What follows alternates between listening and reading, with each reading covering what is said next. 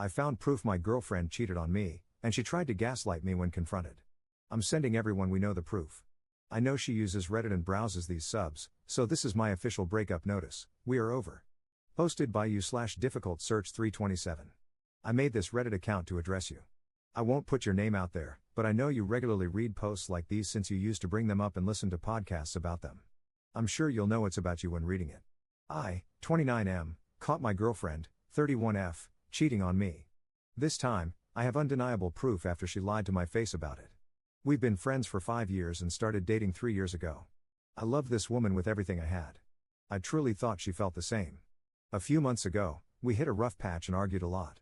I really thought we were going to break up. I hit rock bottom. I was severely depressed. One Saturday, we had plans to attend a wedding together.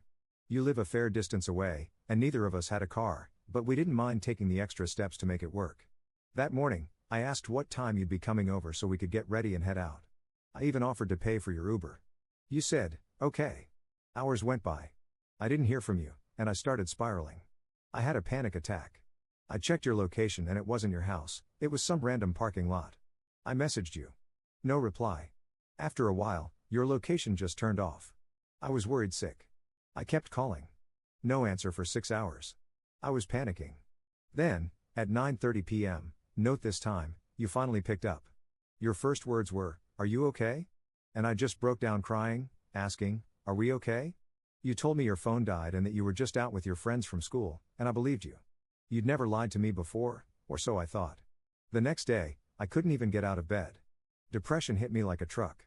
You came over to comfort me. But something felt off. I tried to shake it off, thinking maybe it was just in my head. That morning, I placed your Apple Watch on the charger. That's when I saw messages from you to your friend from school, the one you hung out with the day of the wedding. One said, "He was growling in my ear," another said, "I had to cover up my hickeys like I was in school." Sent around 9:30, the exact time I was crying to you on the phone. When you got out of the bathroom, I saw the marks on your neck. When I asked, you said they were from scratching. On our way to work, I brought up the messages. You said you were lying to your friend. That you made it all up. I didn't believe you, but I swallowed it and swept it under the rug.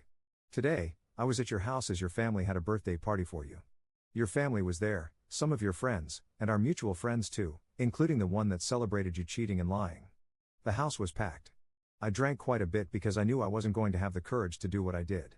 I went to your room to lie down in your bed, saying I didn't feel well. And after some time, I told you I was going home and ordered an Uber. I'm in the Uber now typing this up, along with the iPad I gave you. While lying in your bed, I found it, and on it, I didn't just find proof of you cheating, I found everything.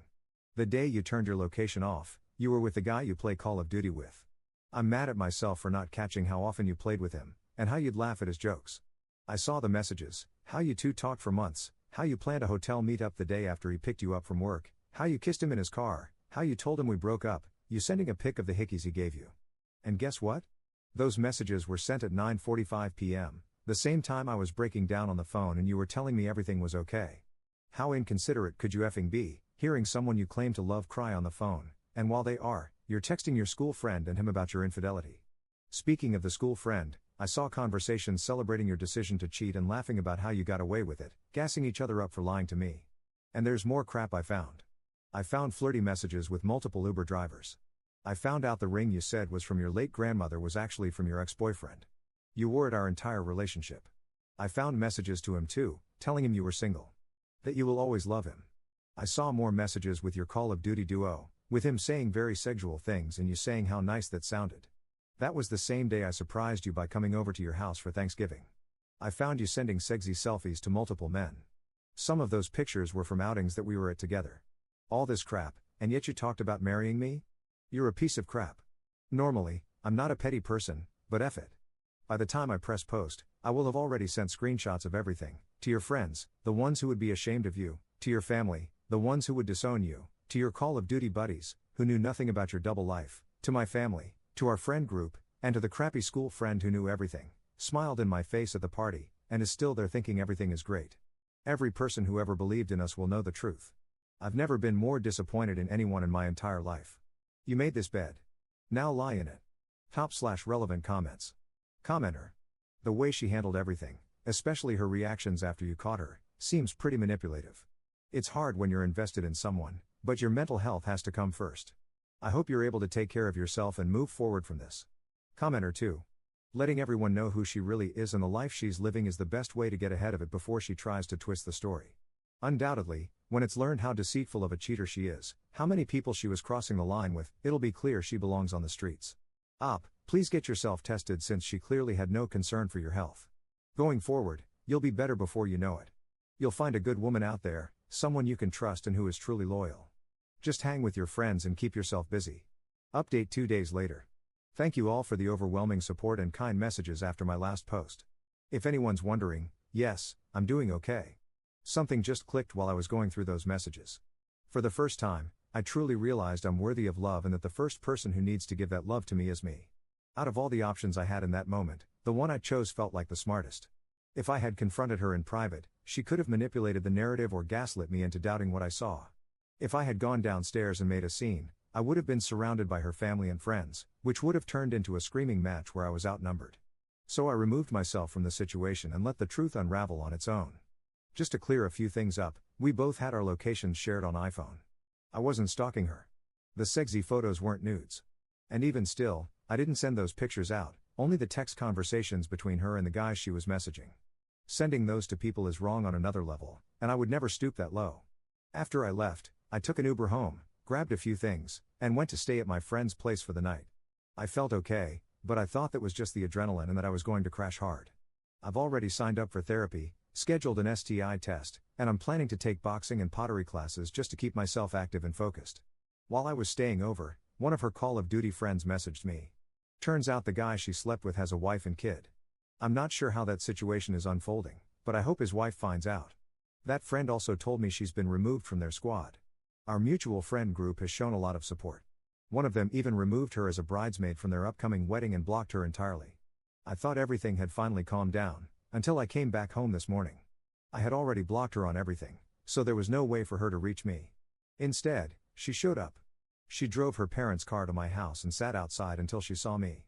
As I walked to my door, she came out crying hysterically. I didn't say a word, just walked inside and closed the door while she yelled from the other side until she eventually left. Nothing was mentioned about the Reddit post, so I guess she didn't see it. Later that day, her brother called me. He apologized on behalf of the family. He said everything seemed normal after I left until their mom checked her phone. She pulled my ex aside, trying to keep things quiet. But then her aunt, the one who talks a lot, shouted, "You're cheating on your boyfriend," in front of everyone. That blew the lid off. According to him, their family has a history with infidelity, and it caused serious pain in the past.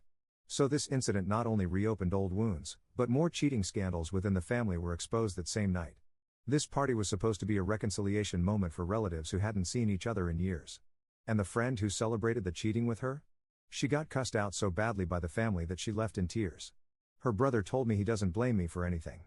He even said I handled it better than most would have, and he's here if I need anything. Honestly, the only thing I feel bad about is unintentionally ripping apart a family that was trying to move forward. I had no idea all that was going on behind the scenes, and I do feel bad for being the grenade that set it all off.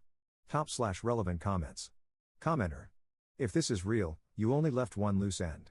You said you hope the wife of the guy she was cheating with finds out. Well, you can make sure by telling her yourself. She deserves to know, just like you did.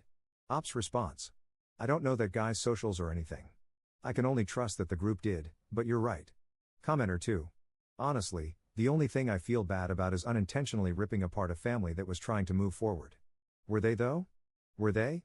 It sounds like cheating is the cause of most of their drama, and a lot of untold issues were unveiled that same night based on your wording. Moving forward requires that you're not still doing the same things that hold you back. After all, a drug addict can't move forward from their addiction and the harm it's caused others until they clean up their act and make amends, and a cheater isn't far removed from an addict of some variety, whether it's to sex or to their own ego. Ops response. Thank you for this perspective. It definitely helps.